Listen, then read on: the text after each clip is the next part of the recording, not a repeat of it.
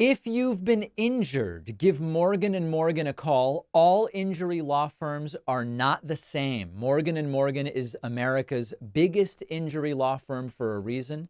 They've won a lot, and it takes a big law firm to fight big companies. Their fee is free unless you win. It only takes a few minutes on their website to see if you have a case. Go to forthepeople.com/Pacman and click the link in the description. Welcome, everybody. The understandable frustrations of Democratic Congressman Jamie Raskin came to an explosive head yesterday when he confronted James Comer, the Republican chair of the House Oversight Committee, and said, "Are you guys going to impeach this guy being Joe Biden? What's the high crime and misdemeanor? Tell me exactly, if any of the things you're alleging are true, why haven't you impeached the guy?" This is extraordinarily interesting video. We're going to look at it here. And the primary question that I would keep in mind as we review this is, how long is long enough to figure out what Biden actually did wrong, as opposed to dancing around it with hyperbole and conjecture? Let's take a look at this first moment where Jamie Raskin just says, what's the crime? What is the crime? Number two, I would like my time restored. And number three, No, you have not identified a single crime. Well, what is the crime that you want to impeach Joe Biden for and keep this nonsense going? Why? What is the crime? Tell America right now. You're about to find out. What very is the soon. crime? You're about to find out. Name very it. soon. Chair down, Ricky. Very, very soon. This is starting to sound like when Trump told us in August of 2020, we were only 2 weeks away from his completely new healthcare plan, replacing Obamacare, being signed into law, despite the fact that he hadn't yet announced it. So what I'm hearing from James Comer is that they are getting really super dangerously very close to preparing for the final stage of announcing the home stretch as we work towards a potential declaration of what the crime could potentially, maybe, sort of be. And if that doesn't titillate and excite you, I don't know what does. We've been waiting for years at this point. Now, at another moment during the hearing, Comer brings up that Joe Biden was supposedly bribed with $9 million. And Jamie Raskin asks a really great question, which is, if that happened, then why don't you impeach him for it? So it's okay. It's okay for, as Tony Bobulinski said, for China to bribe Joe Biden's family with $9 million. But that's the lie that's been discredited. I mean, where is your impeachment investigation? If Joe Biden took a $9 million bribe from China, why aren't you impeaching him for that? Well, who says we're not? Well, I can invite Mr. Moskowitz to come back in. Do you want him? I can tell you who says that they're not impeaching him. James Comer. This is all a charade, folks. Remember that we looked 2-3 weeks ago in James Comer's own fundraising emails. He's already saying we're not going to impeach. We're instead going to look at doing criminal referrals of Joe Biden to the Justice Department. He still doesn't tell us what the crimes are, but he's already acknowledging in fundraising emails the impeachment is going nowhere. He has already moved on from impeachment and is telling his supporters, we're not going to be able to get an impeachment here because Democrats wouldn't vote to convict anyway. Instead, we're focusing on criminal referrals. Jamie Raskin brings up that endless money has been spent on this. What about the fiscal responsibility?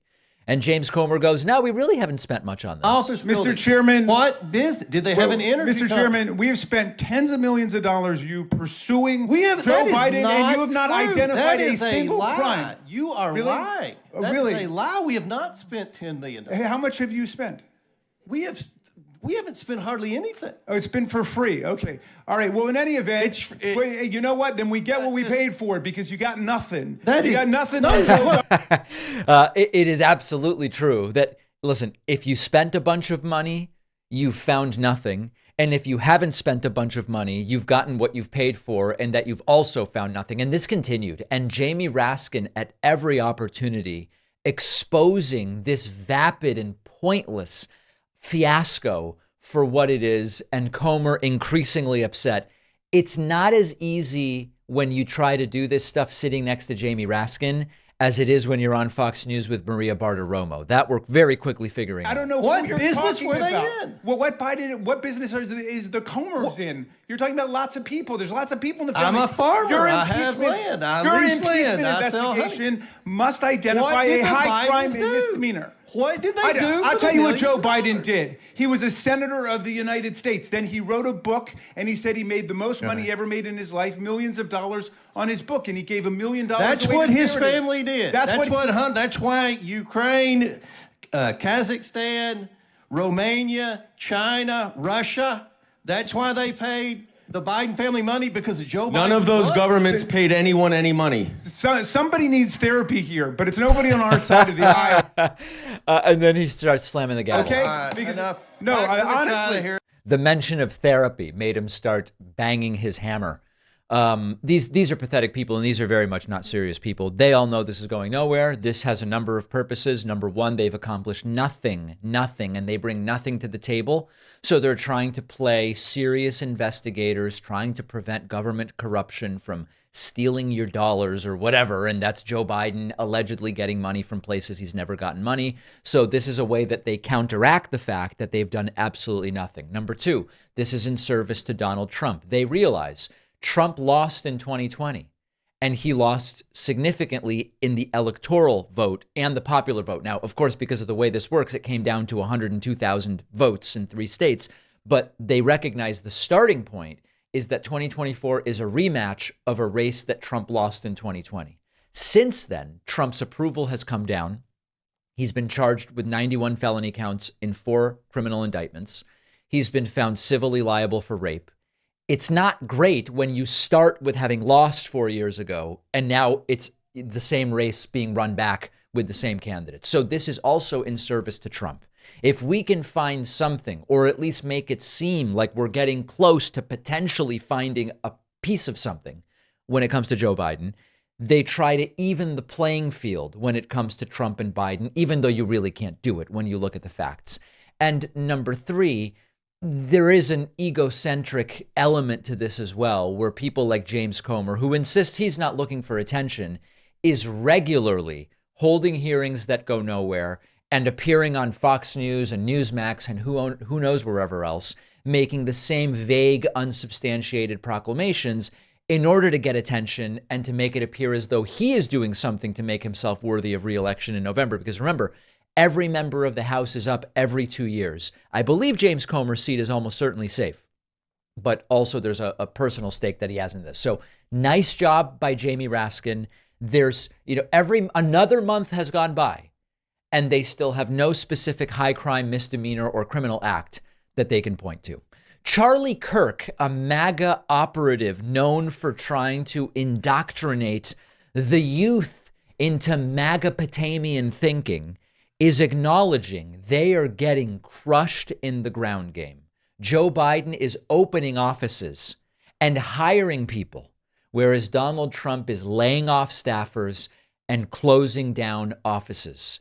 He is not telling us something we didn't know, but the fact that he's willing to acknowledge it publicly is still notable. So here's Charlie Kirk on the Charlie Kirk Show on Real America's Voice, where this airs. It's still a mystery to me. I've been looking under my furniture to see, is this where it airs? I don't know where it airs, but it's the Charlie Kirk Show on Real America's Voice. Here he is saying there is a major problem here with the ground game in this campaign. We are struggling right now as a movement to open up the necessary field offices to compete against Joe Biden. We had Citizen Kane on here, and this is, the Trump campaign is working really hard to fix Rana's mistake. Susie Wiles, Chris LaSavita, they're doing a great job of trying to fix what Rana left them. But here are the numbers, and the numbers are worth reporting. In the state of Georgia, Joe Biden has 14 field offices. In the state of Pennsylvania, Joe Biden has 14 field offices. In the state of Michigan, Joe Biden has 20 field offices. In the state of Wisconsin, Joe Biden has 44 field offices. In the state of Arizona, Joe Biden has 8 field offices. In Nevada, Joe Biden has 2 field offices. Between all of them, Joe Biden has 450 full-time people on staff in 9 states, and all 9 out of 9 swing state directors. Now, based on all of our data, We do not believe Donald Trump has a single field office in any one of those states yet open. I'm sure they're trying to fix that. And he has 5 staffers. So Joe Biden has 450 people. We have 5, and 2 out of 9 of the swing state directors have been hired. Now, thankfully, we at Turning Point Action, we have well over 100 people now chasing ballots in Arizona, trying to close that gap. And that does not count Joe Biden's advertising advantage. It does not count his ability to control the mainstream media. I said this and people laughed. I said 6 months ago, Joe Biden is a formidable candidate, and people laughed. I said it's because of the infrastructure around him. All right. So there's certainly the possibility that Charlie Kirk is overplaying the disadvantage at which the Trump campaign finds itself in order to motivate people. It's logical to be cynical when it comes to someone like Charlie Kirk, but there is a lot of controversy about all aspects of this. Now, one of the reasons that we believe a lot of the field office numbers are 0 for Trump is that when Laura Trump became co-chair of the Republican National Committee, Laura, when she became co-chair of the RNC, she reportedly closed a bunch of these field offices, saying they don't believe they need them. Donald Trump doesn't believe they need them.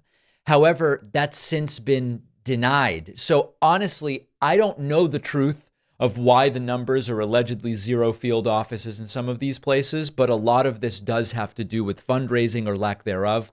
We know that when we look at cash on hand numbers, they are way better for President Biden than they are for Trump. We know that Trump has significant expenses when it comes to legal fees and all of the stuff that he's embroiled in right now. So all of this is to say nothing other than the level of organization for Biden seems to be orders of magnitude better than the level of organization for Trump. But we should never understate the potential enthusiasm gap, which could exist. The enthusiasm gap might favor Biden, because I'll give you an example. I don't go around putting Biden stickers on my car. I don't put a Biden flag on the boat that I don't have or any of this stuff.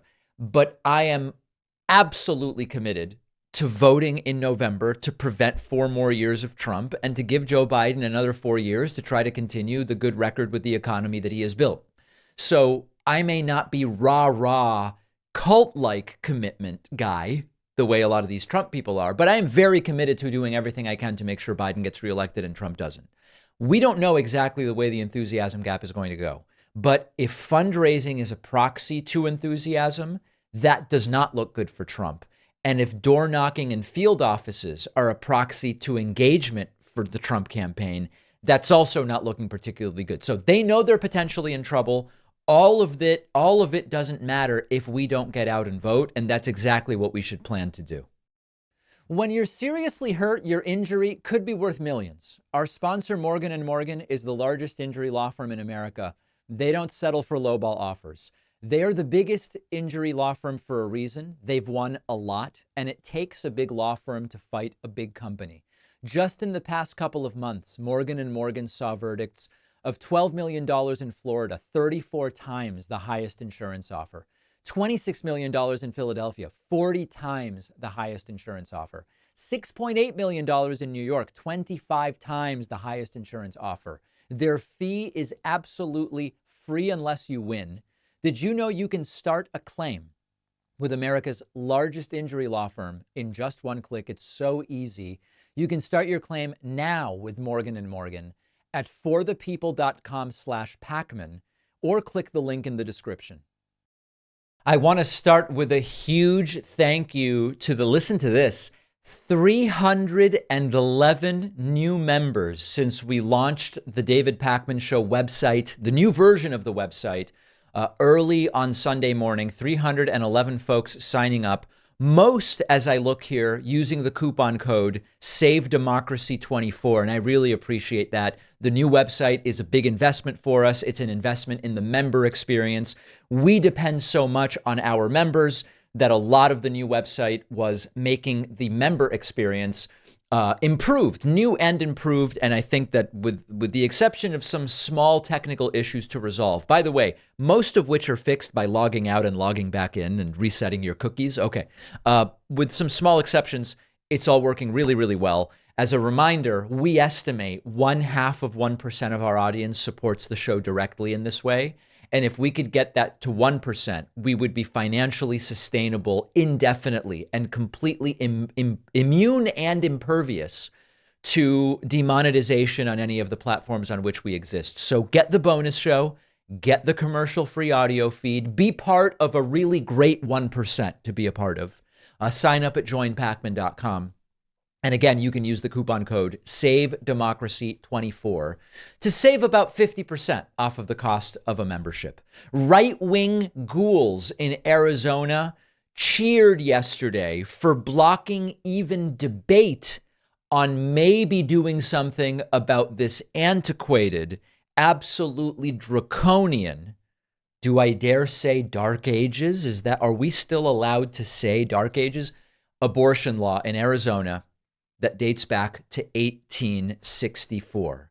Here is video of these ghouls aroused and titillated by denying even a conversation about whether a law from 1864 is well suited to 2024.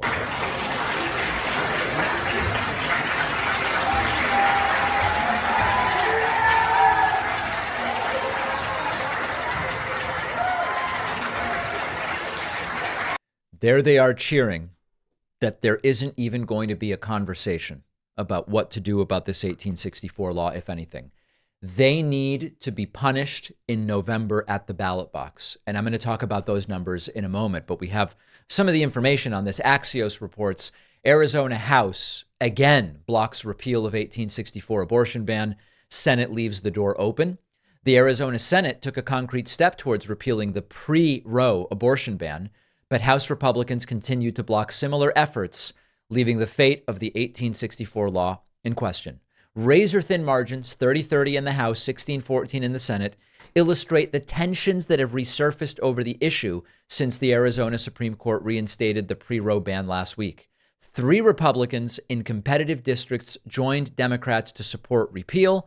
Attention goes back to the House, where the Republican speaker has vowed to continue to stymie the effort.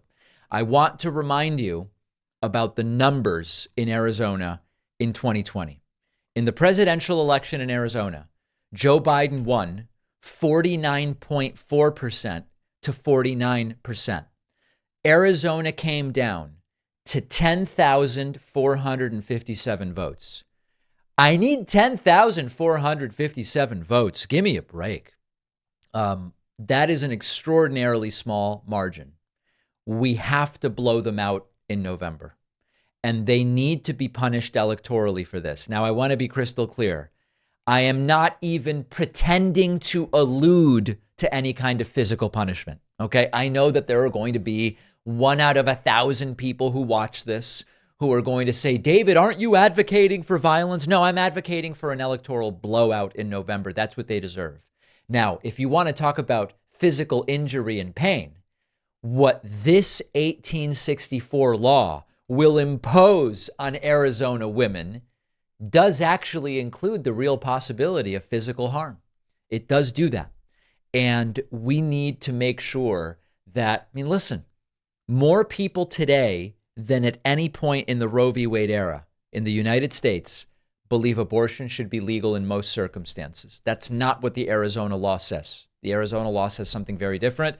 It doesn't even include exceptions for rape and for incest, although it does carve out a potential exception for the health of the mother in certain situations if it can be demonstrated to the satisfaction of, I guess, whoever was making the law in 1864, right? And we know who that was. So we do need to ensure that they are punished here. We have seen small punishments come in ballot referenda since the repeal of Roe v. Wade. We saw some of those results in the special or off-year elections of 2023.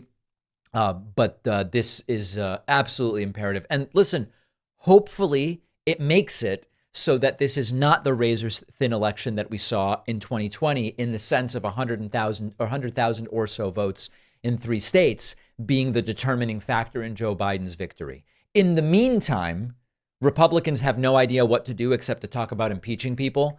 They impeach Mayorkas and it's already over. Let's talk about that next. This may be the most short-lived impeachment in American history. Republicans impeached Joe Biden's Secretary of Homeland Security, Alejandro Mayorkas. They very somberly delivered the articles of impeachment to the Senate a couple of days ago. We talked about it yesterday. And just like that, the impeachment is over. The New York Times reports Senate dismisses impeachment charges against Mayorkas without a trial. Democrats quickly swept aside the articles of impeachment, accusing the Homeland Security of refusing to enforce immigration laws and breach of public trust, calling them unconstitutional. Here is the moment in the Senate where this took place. All Democrats voted in favor of dismissing this. I believe all but one Republican voted against, and there was one Republican, I forget who it was, maybe Lisa Murkowski, who voted present. On this vote, Senate will be in order. On this vote, the yeas are 51, the nays are 49. The point of order is well taken. Article 2 falls. Okay, so based on that, I guess there were no present votes. Maybe there was initially a present vote. I read that, but 51-49, party line vote. The impeachment of Mayorkas is over. Now, you might be saying, well, why not go to the trial? Why not do the entire thing? This is so without merit. This is so empty and devoid of any substance that I appreciate Democrats in the Senate saying we are not going to waste taxpayer money. We are not going to waste Senate time. We are not going to, I don't even know if it would have been covered, honestly, by corporate media, but we are going to save corporate media the distraction of covering an impeachment trial destined to go nowhere because there is nothing to it. It's sort of like when you pour water on cotton candy and next thing you know, it's gone. It's gone. I appreciate that they are doing this. We all know this was going nowhere, and it is yet another failure of the Republican Party.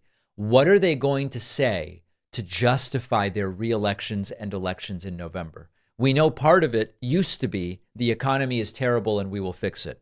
That's not flying anymore because everybody can tell the economy is not terrible and it doesn't exactly need fixing. It needs continued improvement. It needs tweaks. We need to do better. But the idea of a disastrous economy is nonsense. So instead, they started thinking of, well, what about Biden crimes? Bribery? What other crimes can we get him for? Except their investigation of years has continued to find nothing. Well, what about the border? How about we impeach Mayorkas over the border? Except it's completely and totally bogus, and it has already fallen. So I don't know what they're going to say to justify their elections in November. Something about fighting communism and Marxism, which we struggle to actually find anywhere in the United States. But they deserve to lose, and hopefully this is the next failed attempt at trying to justify their elections. I have a challenge for you today. I dare you to make sense out of this new conspiracy theory from Republican Congressman Greg Murphy from North Carolina. Greg Murphy appeared on Newsmax, and he has a new conspiracy theory so complicated and convoluted and absurd. I dare you to understand it. Now, I'm going to give you a hint before I play it. The gist of the theory, and again, this is like I barely understand it, but the gist of the theory is that Donald Trump's Secretary of the Army back in January of 2021, we're going back to the Trump riots, Trump's Secretary of the Army deliberately prevented the National Guard from providing security on the day of the Trump riots because he wanted chaos so that then Joe Biden would give him a job in his administration. Now, if he wanted a job in the Biden administration, why would he allow the certification of Biden's election to take place? It doesn't really make sense. My head's already spinning, but let's listen to this.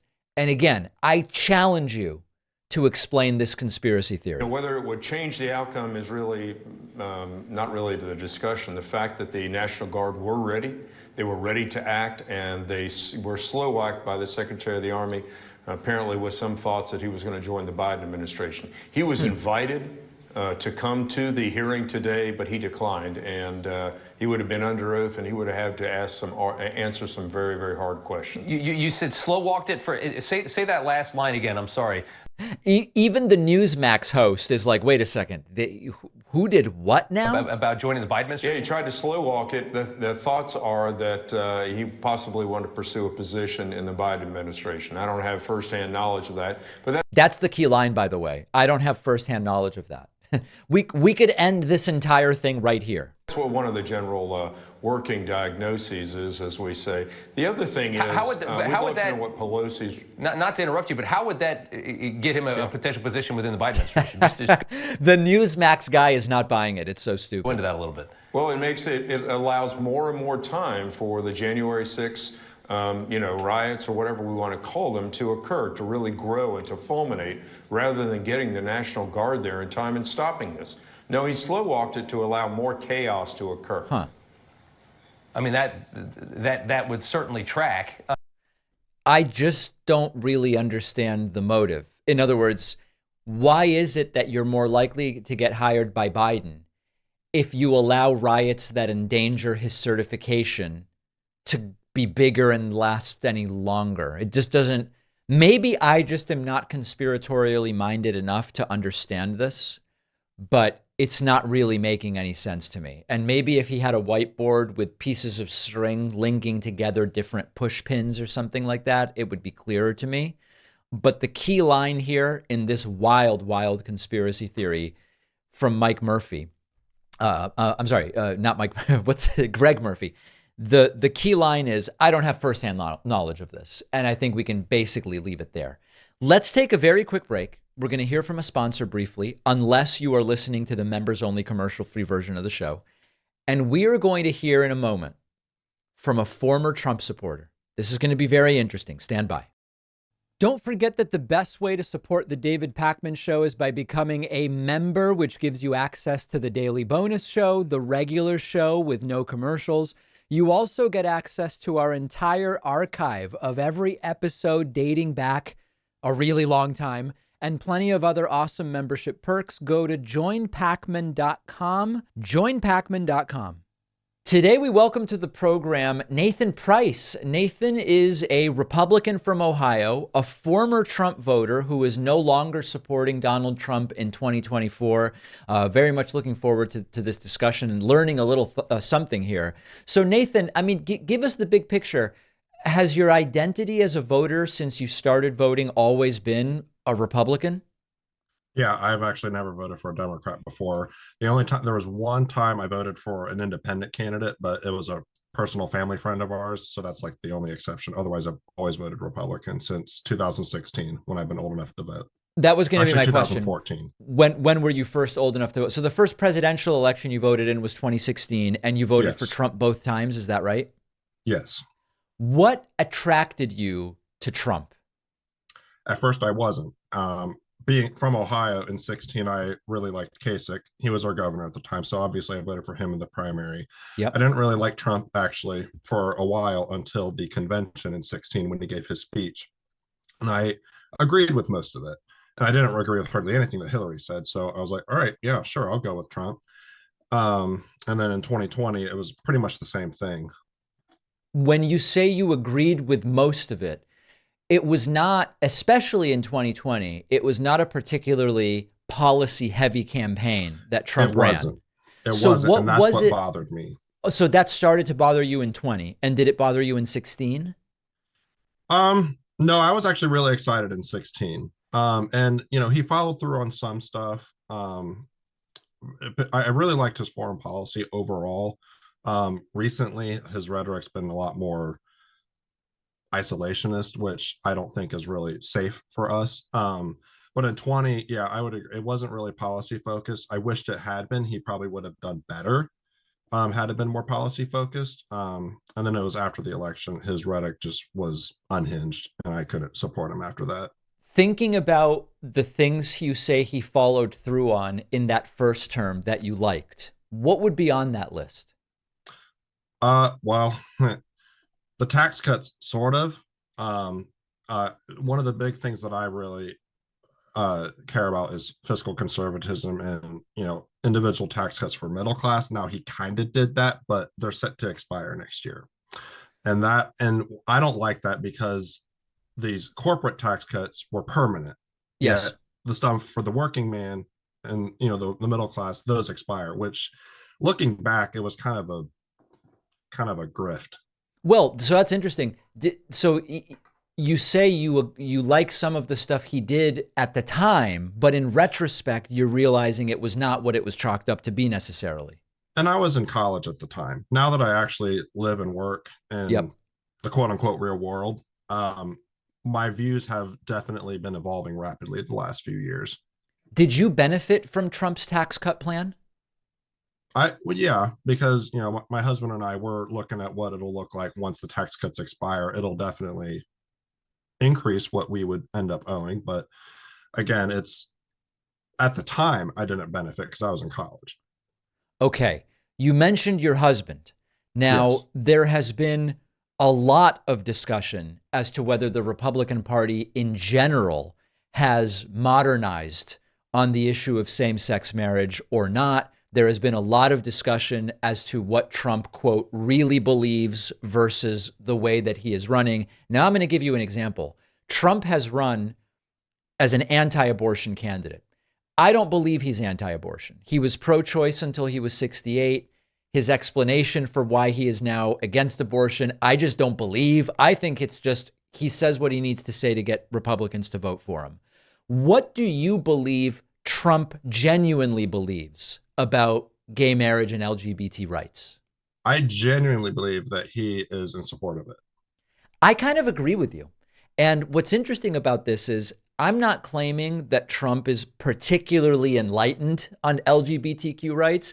I just think that much like the reason that he's been pro-choice his first 68 years of life, he grew up in an environment where in the same way that I think he harbors sort of stereotypical prejudicial beliefs about Jews while not being overtly anti-Semitic in the way some are, I think it's kind of the same with LGBT for Trump, but that he's been pushed into running a certain way. I have lots of criticisms of Trump, and that he enables a lot of this, the hate, I think is a criticism. But I'm kind of with you on what his personal beliefs are, to be honest. Yeah, and it's an old episode. I don't know if it's from The Apprentice or what, but years ago, there's a quote where he said, a contestant said that they were gay, and he's like, and that's okay. He said something about like if you go to, he was making a comparison basically, like you can like to restaurants. It was like, some people like pizza and some people like pasta or something like that. Yes, I agree. Yeah. That's not the type of belief that changes at that late in life, is my opinion. That's why I ended up where you ended up on this. Yes. Did Trump's handling of COVID give you any pause in the sense of inject bleach, hydroxychloroquine, it'll be over by Easter of 2020? How did that play into your opinion? Well, I'm a nurse, so I was finishing nursing school when all that started. I thought it was just frankly stupid for him to have said what he said. He should not have been saying things that he was not qualified to say. And if he was to say that, he should have been saying that with the doctors standing next to him, agreeing that that's, what you should or shouldn't do. There was no evidence that any of that was going to do anything. And here's what I really didn't like about the COVID stuff. A lot of people say now, the Democrats shut down the whole country. No, Trump shut down the country. He stood up there on press conference and sent out mailers in March saying, everyone stay home for 2 weeks and it'll be over. He shut down the country. If people forget that, it was him that originally shut it down. And, there was 20% unemployment for just that little blip in March and April. That was entirely him. And we have been trying to recover from that ever since. I'm curious, you say in your video that we looked at on my program some time ago that you'll always be a Republican. But in a sense, the Republican Party for now seems to basically be Trump, or at least enough Trump to get him the nomination. How are you feeling about the party more broadly right now? Do you see a path to getting back to something beyond Trump? Him losing, and the party realizing that it was there are plenty of other competent Republicans that could have been the presidential candidate. And unfortunately, and I don't blame the primary voters, because it's all Trump. He has this unique ability to con people into believing that he is a savior of some sort. Not one person is ever a savior like that. That's where you're not going to actually ever get whatever policy positions you want to accomplish, because you're beholden to just this one person for his success to be president. So I think that we could move on past him and actually get back to, now I wouldn't want to say get back to the quote unquote old Republican Party as well. I would like to, there's some policies that he brought in, such as stronger immigration reform, that I definitely still agree with. I don't want to go back to the more lackadaisical Republican views on immigration, the illegal immigration, I want to clarify. But I think it's going to take him having to lose big for Republicans to realize that this is something we can't continue to do, because we will continue to lose. So one of the points that I made in looking at your video and others that former Trump voters have made, explaining why they're no longer supporting Trump, one of the points I made is that you and some of the others have an ability for examining your previous beliefs, the humility to say, hey, I was wrong, or I was led the wrong way, sort of traits that are required in order to change your mind. And that's great, but you've already changed your mind. And the question is, what about the people that we see at the Trump rallies? What about the people that we see that see him as a godlike figure, et cetera? Do you interact with any of those sorts of folks in Ohio? And, you campaigned for Trump and phone banked previously. There seems to be something very different about the way you're approaching this and the way that they are approaching it. And I don't think that they're necessarily reachable. I wonder if you think that those folks are reachable. It's interesting. I've been to 5 Trump rallies in the past. Mm-hmm. So it's interesting. I've never really actually thought about that. Because I don't really, the family and friends that I have that are staunch Trump supporters, I'm not really trying to convince them to not vote for Trump, because I used to be there. So I understand where they are now. I think that, because I don't want to ever try to humiliate them, because then when you humiliate anyone, then they're going to dig in their heels even more on their positions. And an empathetic environment where they're comfortable changing their mind is what you want to generate. Yes, and that's exactly why I am saying as much as I can, because it's a permission structure that someone who donated, campaigned, and stuck out my neck like I did for Trump all those years, and then if I was able to change my mind, it's okay if you want to change your mind too. You don't have to like Democrats or Joe Biden or anything, but you don't have to just go along with the other either. I'm curious, when it comes to the staunch Trump supporters you mentioned, what's their reaction to learning you're no longer with Trump? I've been told that I'm betraying my conservative principles. However, to me, the most conservative principle possible is preserving the institutions of our government, which Trump has very clearly stated that he has no intention of respecting. So I don't know how I could be any more conservative than by not voting for him and voting to destroy our institutions. And when you look at Biden, even I'm not trying to put words in your mouth, but if I understand what you're saying, you see someone with whom you disagree on many policies, but where the institutions and the structures of the country are not at risk. Is that right? We can survive bad policy. The United States has a unique ability to survive bad policy, but we can't survive bad men. And I think that's the principle of any republic. You can survive bad policies, but not bad men. And I'm not willing to sacrifice, our constitutional republic for some vague promise of prosperity that Trump tries to make. And that perspective is the one that some of the staunch Ohio Trump supporters who you talk to are saying is a betrayal. Yes. Wow. That's, I don't even know where you enter the conversation, if that's where the starting point is.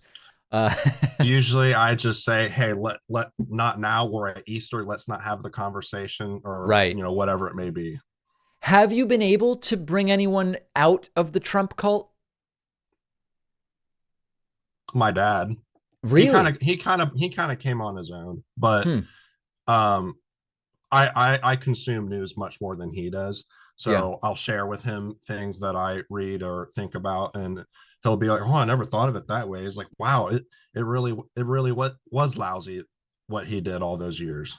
Do you remember which specific things had the most impact on your dad? Mm. In other words, was it the Sharpie on the hurricane map versus inciting the riots versus whatever, I think it's just that he voted for Rubio in the 16 primary. He Yep. never really liked Trump because he didn't feel like he had the discipline. And I think it was after he lost the election and him just complete there was some, I don't really, it's really weird. After he lost the election like that, there was something dark that happened with him and the people around him. Like, yeah, they were undisciplined and irresponsible at times, but then something really changed after that, and it's never really gone back. So whatever Huh. that was that I saw, my dad kind of saw the same thing, and he's like, we can't go back to that. Like, he lost, he's a loser, I'm not going to try again. It's like Brian Jennings, who lost 3 times in like the late 1800s. Like, you keep trying but they still lose. Like, why are we going to try again? When you look at Biden, what do you think are the worst Biden policies? His foreign policy. Specifically with regard to which country or situation? Well, I was actually telling this to my husband last night. He kind of gets it right, but he's always late to it. So he's getting Ukraine aid, but he gets the anti-tank guns to them 3 months after they asked for it.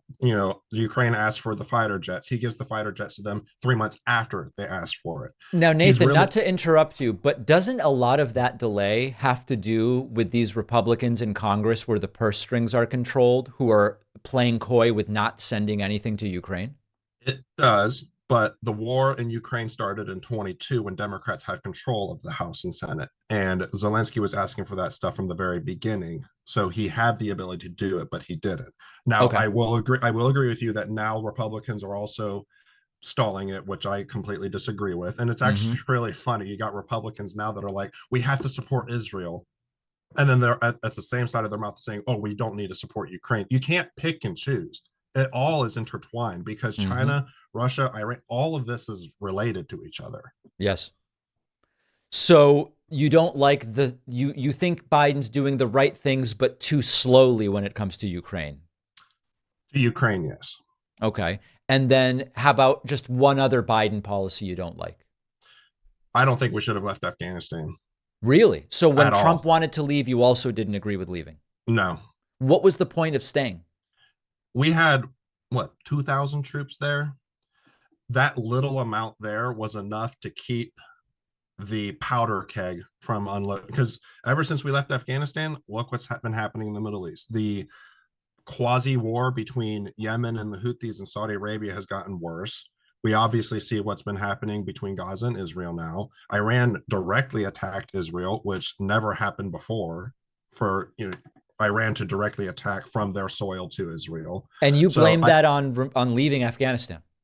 Yes, because it opened a permission structure of American weakness that was unnecessary. And it was how we left too. How we left was extremely irresponsible. I think we could have left, but we left too quickly because as we were preparing to leave, the Taliban was advancing closer and closer to Kabul throughout the summer of 21. All right. Well, I mean, listen, we disagree on this, but I'm curious, are you saying just indefinite commitment of those 2,000 troops in Afghanistan? No, I mean, 20 years is a long time. There would really be no end in sight if we say just keep them there, right? And maybe that's okay with you. When he took them out, when he did, was not the best time. Now, I get what you're saying. Maybe what I'm saying more than anything is I wish it could have been a perfect scenario where we could have kept it there without a problem. But I getting them out also was important because you make a good point. We couldn't have stayed there for forever, but we were still on the process of leaving, knowing that the Taliban was advancing. And now that we've left, whatever we half accomplished in those 20 years we were there has been thrown away. I guess my question it's is exactly back to where we were with the Taliban in control. My question is, how much did we really accomplish in the last 18 of those 20 years? And that's a question probably for a different day. We've been speaking with Nathan Price. Really appreciate you telling your story. And let's see if we can work together to prevent Trump from getting another 4 years in the fall. I appreciate you talking to me. Whatever it takes. Thank you. If you value what we do at The David Pakman Show, remember to support us on Patreon. Go to patreon.com/David Pakman Show, where you can get access to behind the scenes videos, the daily bonus show, the commercial-free daily show. You can support the show for as little as $2 a month. Check it out at patreon.com/David Pakman Show. Let's do some legal discussion, if you can call it that. Donald Trump, confused and disoriented, was bemoaning on Truth Social that he can't just strike an unlimited number of jurors that he doesn't like for whatever reason from jury selection in his criminal trials. A reminder, the first of Donald Trump's 4 criminal trials started on Monday with jury selection. They were off yesterday. Jury selection resumes today. Reportedly, 7 of the 12 jurors have been seated. Now they need to select 5 additional jurors and some number of alternates. I believe it may even be up to 6 alternates, 12 and 6. And we will learn more about the outcome of that very, very soon.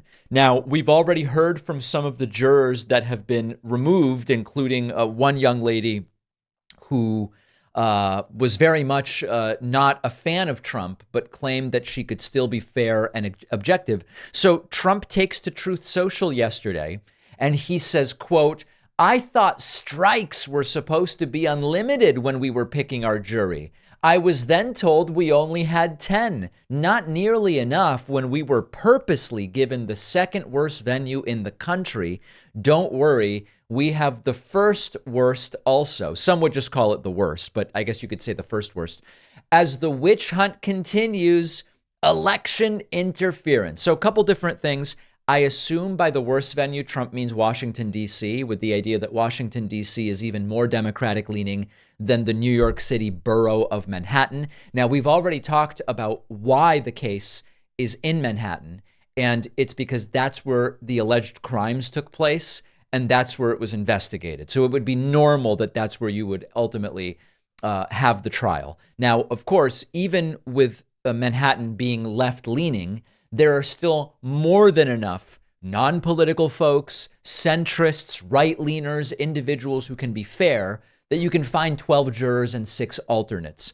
But there's a couple different things here that are sort of disturbing about Trump's confusion. Number one, it would make no sense for strikes to be unlimited in any criminal case, because then you could just indefinitely delay the trial by striking jurors. Now, it's important to mention that there's a limited number of preemptory strikes, which it's just, we don't want this juror.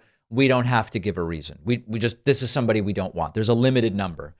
If you can make a good challenge for cause, in addition to the preemptory strikes, if you can say this individual simply cannot carry out their job fairly here, then that is a different case that you can make. And there's a bunch of strategy between jury selection. Many of the major trials bring in jury consultants who focus only on selecting jurors. And there is a question as to what does it mean to have a fair and appropriate jury? What is a jury of one's peers? Does Donald Trump even really have 12 peers plus 6 alternate peers anywhere? Never mind in Manhattan, given a lot of different things, including his role as former president of the United States. And you, in an ideal world, you would be judged by a jury that is in some ways at least representative of a cross-section of society.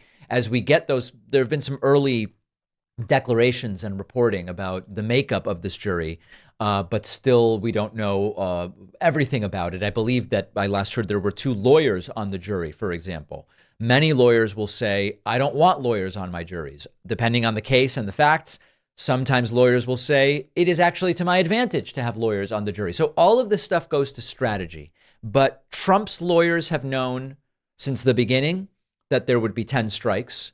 And Trump's seeming confusion about this raises questions about how much Trump understands about these proceedings, how much Trump's lawyers are telling Trump about the proceedings. And of course, even if Trump's lawyers are telling him about the proceedings, to what degree is Trump listening to or even understanding them? So Trump confused about jury selection. Now let's hear a little bit from Trump's failed former lawyer, Alina Habba, continuing to spread distortions about due process and venue and so many other things. Alina Habba is not exactly a lawyer's lawyer. I was recently at a legal conference in Las Vegas, and there were some attorneys there described as lawyers' lawyers who lawyer and try cases in a way that is interesting and impressive and to be studied by other lawyers. Alina Habba does not exactly meet that standard. That I can tell you. And now, as Donald Trump's former lawyer and his on-air and media spokesperson of sorts, she has been doing interview after interview to try to run PR interference for Trump during this jury selection process in his first of 4 criminal trials. She appeared on Newsmax yesterday, and she says that the reason that this trial is being held in New York is by design for political reasons. I have to assume she knows this isn't true, but let's listen to what she had to say. We're in a blue state. That's all by design. Don't get it twisted, folks. They do this intentionally, just like they're bringing the one in Washington, just like Georgia. They pick these states on purpose. Now, remember, Georgia is not exactly a ripping blue state. It is basically a 50-50 state, which Biden barely won by 11,000 votes in 2020. The reason that there is a trial in Georgia is that Trump is accused of crimes in Georgia. The reason that there is a trial in Washington, D.C. is that we are talking about federal crimes investigated in D.C. That's the venue, so that's where they're going to try the case. And the reason that there is a trial in New York is that that is where Trump and Michael Cohen concocted this scheme of alleged election interference with the hush money payment to Stormy Daniels. It took place in New York. And so that's why the trial is being held there. Alina Habba also commenting again on reports that Donald Trump fell asleep in court. Alina, Maggie Haberman was in the courtroom yesterday, and a reporter from the New York Times, and she claims that Trump fell asleep. I mean, weigh in on this. Is she wrong? I mean, she very adamantly believes he fell asleep, and he says he didn't. What weigh in on this, please? Having not been there, Alina, please give us your opinion. It's not there. I find that a remarkable story at best. President Trump, he reads a lot. I don't know what he was doing. I wasn't there. There are no. She's already lying. Trump doesn't read. She doesn't really know what to say. But the idea that Trump reading a lot serves as some kind of pretext to argue that it's unlikely he fell asleep doesn't even make any passing sense. Cameras, I wish there were, but he's been sitting there as he's forced to at the threat of going to jail if he's not sitting there for what I assume would be a very mundane day. They are going through jury selection. Right. There were a tremendous amount of motions being heard yesterday. Mm-hmm. But no, look, I wasn't there, so I can't comment on that. I find that to be a ridiculous thought, though. So she wasn't there, so she can't say for sure, but it sounds unlikely Trump would sleep at trial because he reads a lot. It's not necessarily convincing me. And then lastly, again, another one of these non-legal arguments that you could never get away with in court.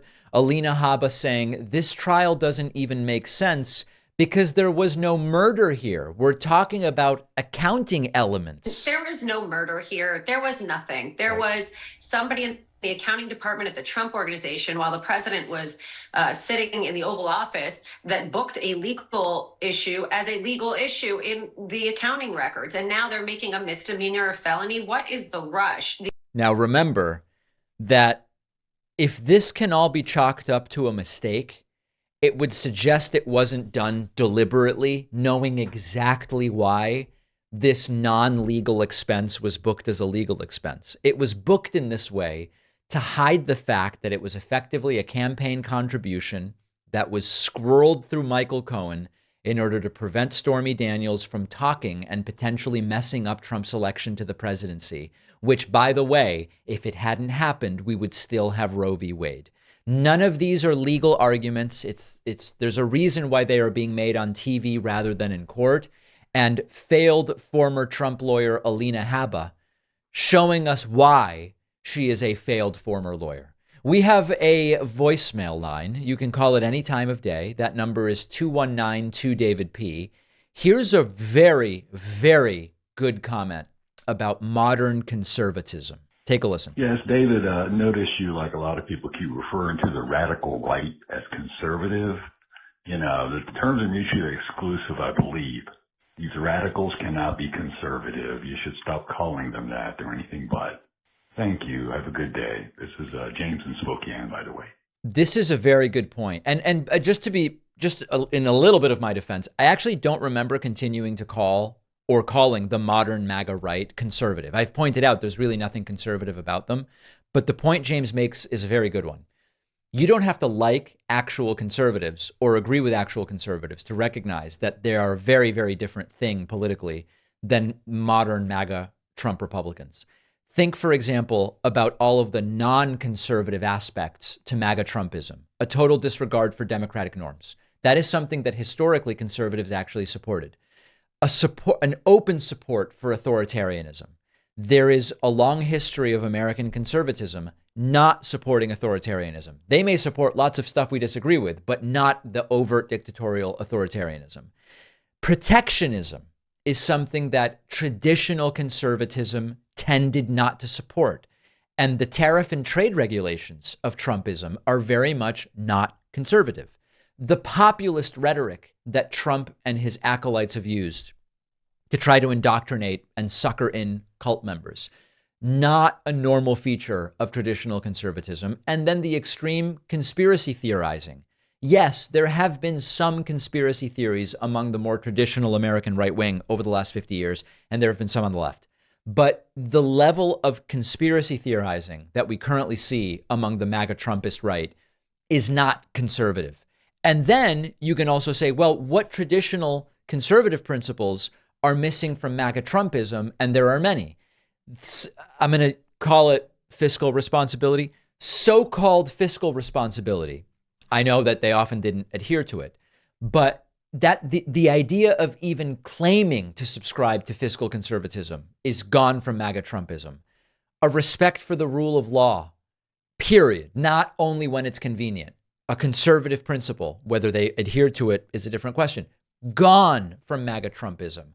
Respect for traditional institutions, gone. Let's get rid of the FBI. Let's get rid of the IRS. Let's get rid of the Department of Education and Commerce and all of these things. No more respect for traditional institutions, and a respect for international alliances and keeping to our word, something that used to be a stated principle of conservatism, gone. Paris Climate Agreement, let's get out. The Iran nuclear deal, even though Iran has been abiding by it, let's get out. NATO, let's not do what we're supposed to be doing. Let's get out. Let's demand other things from people. That's gone. That conservative principle is completely and totally gone. So it's not about arguing that the previous conservatives were great. It's about recognizing that there is really nothing conservative left about what we are seeing right now from MAGA Trumpism. Excellent voicemail. All right, on the bonus show today, the Supreme Court has effectively abolished the right to mass protest in 3 states. I'll tell you which 3 states and we will discuss it. Number 2, a number of Democratic Senate candidates are out fundraising their Republican opponents. It's not just Biden outraising Trump. It's happening down ballot. What does it portend for what's to take place in November? And the next level of deep fakes is now here. Real-time deep fake romance scams are here. How to avoid falling for them. There's one surefire way, but we'll get to that. All of those stories and more on today's bonus show. Oh, the bonus show where you want to make money. Everybody else that makes money to fund themselves is bad. I implore you to grab a membership at joinpacman.com. We're trying to grow our support from 0.5% to 1% of our audience. Help us get there. Sign up at joinpacman.com. Use the coupon code SAVEDEMOCRACY24 if you would like to. Thank your lucky stars every day you're not Dave Pakman. And take Alex Jones' advice. Thank your lucky stars every day you're not Dave Pakman. We'll see you on the bonus show, and I'll be back tomorrow with the Friday show.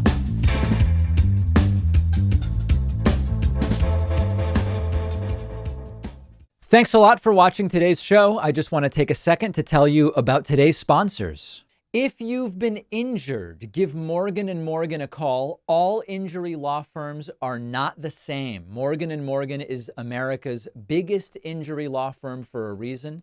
They've won a lot, and it takes a big law firm to fight big companies. Their fee is free unless you win. It only takes a few minutes on their website to see if you have a case. Go to forthepeople.com/Pakman and click the link in the description.